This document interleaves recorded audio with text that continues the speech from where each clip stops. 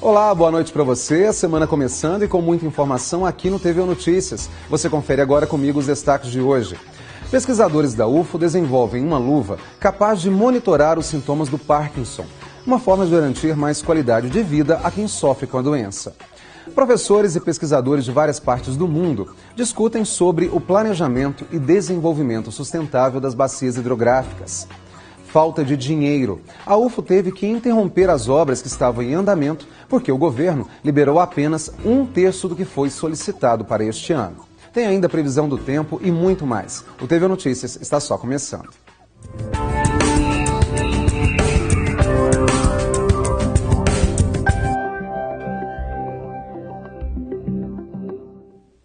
Pesquisadores do Núcleo de Inovação e Avaliação Tecnológica da Universidade Federal de Uberlândia desenvolveram uma tecnologia capaz de monitorar os sintomas do Parkinson, uma contribuição da ciência para garantir melhores condições de vida a quem sofre com a doença. Dentro desta luva estão os sensores que captam o tremor do Senhor Aparecido. E tudo é registrado. O gráfico colorido quantifica o tremor, enquanto que o azul se refere à musculatura do braço do paciente. Toda essa tecnologia tem uma proposta importante: melhorar o diagnóstico e o tratamento da doença de Parkinson. O sistema criado pelos pesquisadores diminui a subjetividade e dá mais precisão ao reconhecimento da doença, que afeta o sistema nervoso central e não tem cura. O diagnóstico, ele é especificamente clínico, não tem um exame específico, né? Então, a gente tenta quantificar isso para ajudar nesse diagnóstico. Tanto um diagnóstico inicial quanto ao longo do tempo, porque a patologia, ela evolui, essa doença, ela evolui. Então, esses sinais, sintomas, eles podem serem agravados. Então, ao longo do tempo, ao longo dos anos, a gente vai repetindo essa avaliação para melhorar, para reajustar algum tratamento, reajustar algum medicamento, ajudar nesse reajuste. A tecnologia já foi testada em centenas de pessoas com Parkinson. Segundo o coordenador do curso de Engenharia Biomédica, Idoni Yates, o sistema permite fazer uma previsão não só do estado atual da doença, mas do futuro, que geralmente é motivo de angústia para o paciente. São feitas coletas de dados durante meses e, por meio desse acompanhamento, é possível fazer ajustes e correções no tratamento. O que os medicamentos, o que as terapias, elas tentam fazer é, de uma forma ou outra, aliviar, controlar esses sinais motores. A luva, ela tenta registrar esses sinais. Então, veja bem, se você está recebendo, um determinado medicamento para aliviar esse seu sintoma, mas se ele não está fazendo efeito, certamente aquela luva ela vai poder medir ali aquele sinal motor seu e indicar que aquele tratamento não está sendo efetivo. Uma outra aplicação dela seria você estar tentando fazer uma previsão de como o indivíduo estará no futuro, né? Porque hoje nós temos o retrato do presente. E aí eu vou coletando os seus dados com a luva de maneira contínua ou bastante consistente. Aí, com base desses dados, eu vou poder fazer uma predição. Outra vantagem é que a tecnologia pode ser usada em centros cirúrgicos para auxiliar neurocirurgiões. Existe um tipo de tratamento que é feito na doença de Parkinson que é relacionado à correção, assim, ao controle dos sinais motores da doença por meio de um estimulador que é implantado no cérebro. Uma dificuldade que existe com relação a esse procedimento cirúrgico é que durante a cirurgia, o médico, o profissional, ele tem uma grande dificuldade em ajustar os parâmetros desse neuroestimulador para controlar bem a questão motora do indivíduo. Então, a luva pode ser utilizada naquele ambiente para que o médico tenha um parâmetro objetivo e, dessa forma, ele consiga fazer essa estimativa, esse ajuste correto dos parâmetros. A Cristiane é fisioterapeuta e especialista em fisioterapia neurológica. Há 10 anos, ela fundou a Associação Parkinson do Triângulo, que oferece assistência física e psicológica para os pacientes que têm a doença. Ela então resolveu abrir as portas da associação para as pesquisas desenvolvidas pelo NIATS. Com a associação, trabalho com pacientes com Parkinson, então eu achei interessante essa parceria, de abrir o espaço, as portas da associação, para que a gente pudesse contribuir com o trabalho dele. E esse é só um dos estudos do Núcleo de Inovação e Avaliação Tecnológica da UFO. O núcleo existe há 10 anos e já desenvolveu diversas pesquisas. Além disso, conta com parceiros nacionais e internacionais como Alemanha, Estados Unidos, França, Canadá e Inglaterra. 4 professores da engenharia biomédica e alunos de vários cursos de graduação e pós-graduação fazem as pesquisas. Em setembro, o núcleo recebe um estudante da França. Aqui, eles criam tecnologias para serem aplicadas na área da saúde. E elas são usadas também fora do Brasil. O Centro Cirúrgico do Departamento de Neurocirurgia da Universidade da Califórnia, nos Estados Unidos, é um exemplo. Esse núcleo ele surgiu na nossa instituição, inicialmente pela demanda que nós temos de diversos colegas da área da saúde, né, pela inovação, pelo desejo de desenvolver produtos, equipamentos, software. Então, à medida que essas demandas foram surgindo, nós constituímos um núcleo e ele também surgiu por uma segunda demanda, que foi por uma oportunidade de parceria com o Ministério da Saúde, da gente fazer uma parceria entre a UF e o Ministério da Saúde, no sentido de avaliar tecnologias que hospitais utilizam no dia a dia. Como nós temos aqui o nosso Hospital de Clínicas da UF, então faz todo sentido.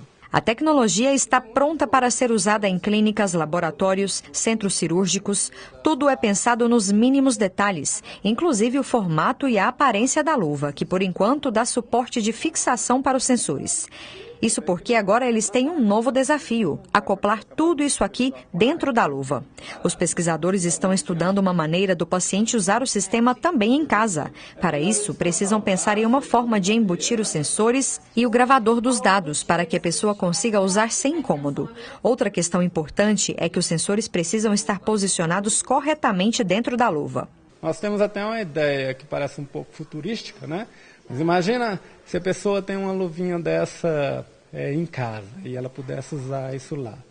Então ela chega e ela tem um implante desse, né? Um neuroestimulador. Então essa luvinha poderia de alguma forma sentir que a pessoa está tendo alterações nos padrões motores e, de acordo com essas alterações, a luvinha poderia transmitir sinais para o neuroestimulador para ele se reajustar. Dessa forma, a gente evitaria os inúmeros problemas que são vistos por aí mundo afora. São mais de 6 anos trabalhando nessa pesquisa e desenvolvendo toda a tecnologia necessária. Tudo para melhorar o bem-estar e a qualidade de vida das pessoas. Eu acho que a gente está participando, a gente está colaborando de alguma maneira e está ganhando também, né? E como nós vimos aí na reportagem, a gente percebe o compromisso desses pesquisadores, principalmente em levar mais qualidade de vida a quem sofre aí com Parkinson. Esquentou um pouco nos últimos dias, mas o frio da madrugada continua. Vamos agora à previsão para esta terça-feira.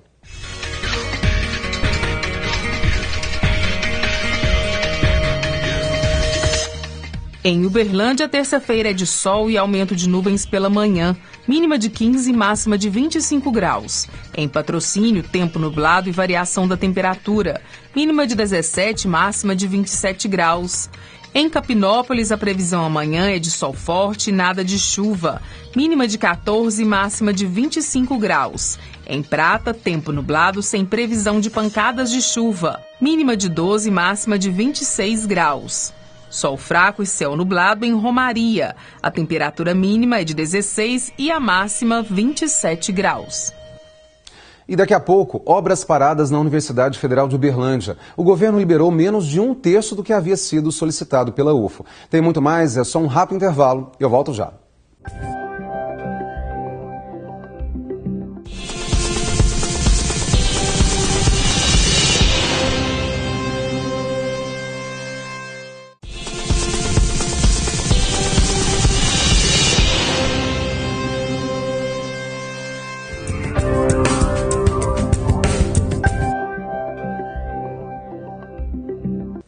Nós temos acompanhado nos últimos dias o anúncio de algumas universidades brasileiras que, por falta de recursos, estão tendo um prejuízo no crescimento das instituições e na própria manutenção dos serviços também. Não tem dinheiro. Com a Universidade Federal de Uberlândia não é diferente. As obras tiveram que ser paralisadas. O orçamento recebido para investimento nesse ano é menos de 1/3 do que foi solicitado ao governo federal. A previsão orçamentária é feita de um ano para o outro. Em 2016, a UFO solicitou aproximadamente 30 milhões de reais que seriam gastos em despesas básicas em 2017, salários, serviços, obras. Foi aprovado pela Lei Orçamentária Anual apenas a metade, 15 milhões. E desse total, a universidade está tendo que administrar apenas 10 milhões, valor que já está quase 100% comprometido. A universidade tem 8 obras em andamento e tiveram que ser paralisadas no início deste mês por falta de recursos financeiros. Os projetos e construções beneficiam toda a comunidade universitária, em Uberlândia e nos campi avançados também, em Ituiutaba, Monte Carmelo e Patos de Minas. E sobre o impacto nessa queda do repasse e até de uma possível previsão do governo federal em cumprir o que havia sido programado para este ano, eu converso agora com o professor Darizon Alves de Andrade, pró-reitor de Planejamento e Administração da universidade. Professor, muito obrigado pela presença aqui hoje. A gente sabe que a Universidade Federal de Uberlândia ela é referência em ensino, pesquisa e extensão e ela vinha tendo aí um crescimento muito significativo até para atender a nossa demanda tão grande nessas áreas do ensino. Mas a gente percebe que, infelizmente, nesse ano, a universidade tem que tomar algumas medidas. Em relação a esse corte e queda de repasse, como que a UF tem administrado, professor? Bom, certamente é um atraso nas expectativas, no planejamento inicial que foi feito. São obras necessárias, porque são obras de infraestrutura, principalmente para os nossos campos fora de sede. Então, são salas de aula, são laboratórios, todas instalações necessárias para que possamos dar o melhor ensino para os estudantes e aproveitar o melhor potencial nossas pessoas, dos nossos professores, dos nossos servidores. Quando a gente fala em melhor atender a nossa comunidade universitária, a gente também tem um atendimento à comunidade externa. Quando a gente tem essa dificuldade aí de continuidade das obras, alguns serviços eles acabam ficando prejudicados também? Olha, há uma expectativa da comunidade. A universidade sempre, o produto final do que temos na universidade é o serviço à sociedade. Então, quando você atrasa uma obra, você pode atrasar a instalação de laboratórios ou a própria pesquisa também fica prejudicada. De forma que há um prejuízo, sim, para a sociedade, porque você não está utilizando todo o seu potencial.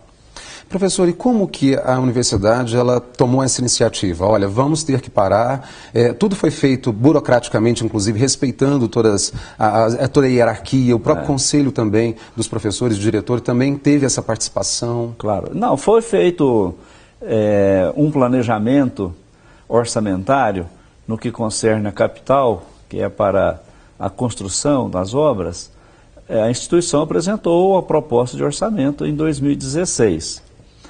Nessa proposta, nós não logramos êxito na proposta, na lei orçamentária anual, e veio apenas 50% daquilo que tinha sido previsto ou solicitado.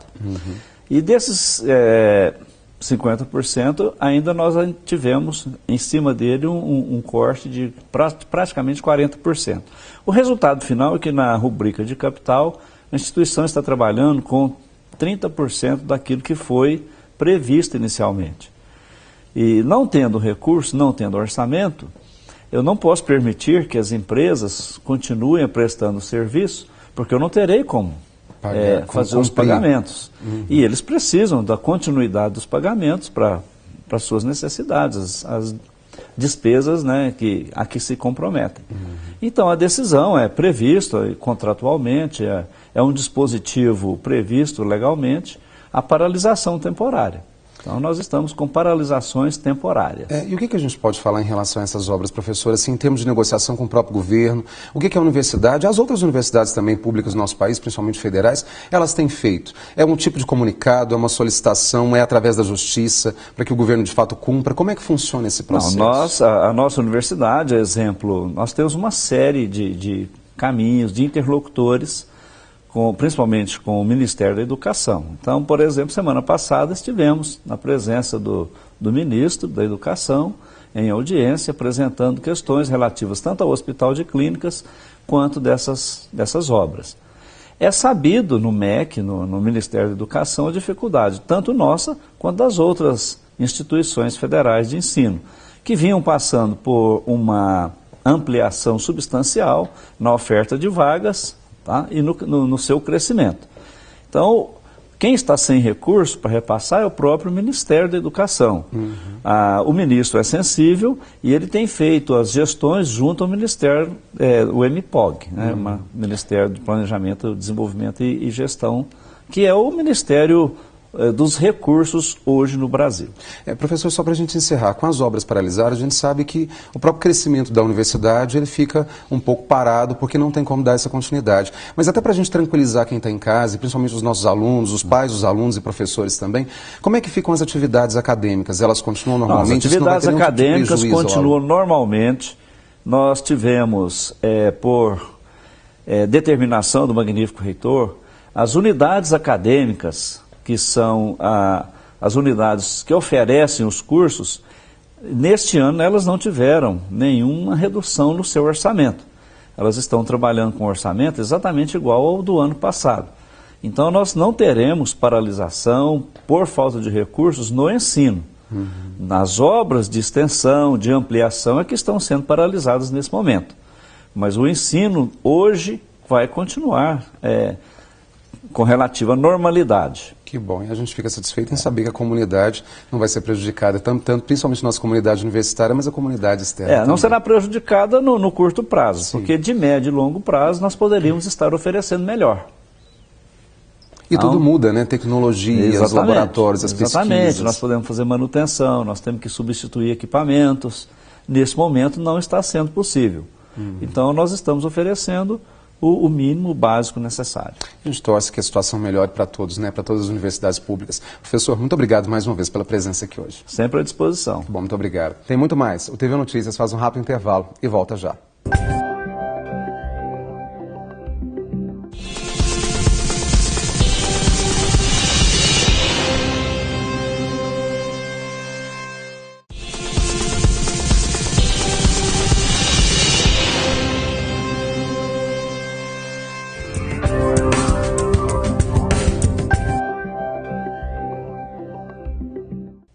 Muita gente está à procura de uma oportunidade no mercado de trabalho, mas o maior problema ainda é a falta de qualificação. Cursos profissionalizantes com formação teórica e técnica também estão sendo oferecidos em comunidades mais carentes em Uberlândia, onde há maior dificuldade de acesso às escolas e outros programas de aperfeiçoamento. O Paulo é aluno do curso de auxiliar administrativo aqui no bairro Morumbi. O foco dele é construir um bom currículo para, no futuro, conseguir boas oportunidades de trabalho. Busco no curso uma qualificação melhor para mim evoluir no emprego. Aqui, durante 8 semanas, os alunos terão a oportunidade de aprender não só questões técnicas, mas também sobre o comportamento ideal dentro da empresa. Quando a gente fala de micro e pequeno negócio, os empresários em si, eles veem o comportamento como uma peça até que chave. Por quê? É muito mais fácil para o micro e pequeno empresário ele qualificar uma pessoa de forma técnica, ensinar o que o ensino administrativo deve fazer, do que educá-lo. Mudar o comportamento, mudar alguns vícios que ele tem na própria vida, como, por exemplo, pontualidade, o modo dele se vestir, o modo dele conversar. Então, em cima disso tudo daí que, de fato, está no mesmo patamar, mas é mais fácil qualificar do que educar uma pessoa. A expectativa é atender mais de 400 alunos só aqui no bairro. No momento, 7 cursos são oferecidos de graça às pessoas de baixa renda que moram em Uberlândia. A ideia no futuro é ampliar essa oferta. Disponibilizar cursos ligados a técnicas empreendedoras é uma das propostas. A Prefeitura quer atingir, com esses cursos, a população de baixa renda de Uberlândia, né? São pessoas necessitadas que, através do nosso cadastro e da nossa forma de classificação, nós privilegiamos as pessoas que têm até 3 salários mínimos, né, pessoas de 16 anos acima cursando ensino médio. Esses cursos estão voltados para essas pessoas que precisam arrumar uma vaga no mercado de trabalho e nem sempre têm a condição de fazer isso. A Aline tem 16 anos e procurou o curso para se preparar melhor para o mercado de trabalho. O mercado de hoje ele é bem competitivo, então a qualificação ela é bem importante. Então é por isso que eu estou vindo buscar para mim ter uma vaga melhor de emprego, uma vaga melhor de trabalho nas empresas. Ela diz que, por enquanto, a meta é só estudar e, claro, ampliar os conhecimentos. Só nos estudos e qualificar mais cada dia, né? Porque é preciso melhorar sempre. O Brasil tem uma grande extensão territorial e um desafio importante é a preservação do meio ambiente. O assunto, principalmente voltado para a água, um dos principais recursos naturais, foi amplamente discutido durante o 6º Workshop Internacional sobre Planejamento e Desenvolvimento Sustentável de Bacias Hidrográficas. Mais de 300 pessoas de vários lugares do Brasil e do mundo marcaram presença no evento. Ana Paula participou do workshop e publicou um artigo sobre o programa Buriti, que tem como foco a educação ambiental. O programa Buriti ele investe em parceria com o produtor rural para recuperar áreas de preservação permanente, protegendo os cursos d'água, no caso aqui o Ribeirão Bom Jardim e o Ribeirabinha. A gente precisa se preocupar com a qualidade e a quantidade de água desses níveis, porque eles abastecem a cidade. Abastecendo a cidade, ele passa a ser um interesse público, uma responsabilidade de todos nós, cidadãos. Ana Paula explicou que os resultados do programa são positivos. O programa Buriti, ele mostra de forma muito simples como a gente pode fazer a parceria com o produtor rural, fazer a educação ambiental dele e ele ser convencido e passar a ser um agente de preservação ambiental dentro da propriedade dele, sabendo que ele está beneficiando não só a ele, mas o município e as pessoas que dependem daquele curso d'água para sobreviver. Para o coordenador do evento e professor do Instituto de Geografia da UFO, o workshop teve adesão significativa e produziu resultados importantes. Nós chegamos a resultados muito interessantes, os discursos foram muito importantes, mostrando que a questão da água é alguma coisa que envolve todas as temáticas da vida humana e que nós precisamos mudar a cultura. Quer dizer, a maneira como a sociedade se relaciona com a água não pode mais continuar sendo da maneira como está. E como a água é um assunto transversal, que passa por tudo, passa por produção agrícola, passa por produção industrial, passa pela qualidade da vida das pessoas e dos vegetais e animais, nós precisamos começar um outro jogo, porque esse nós estamos perdendo longe. E assim a gente encerra o nosso TV Notícias desta segunda-feira, dia 17 de julho. A gente volta a se ver amanhã, às 10 para 7 da noite. Uma excelente semana para você. Mais informações você vê a seguir no Jornal Minas, segunda edição.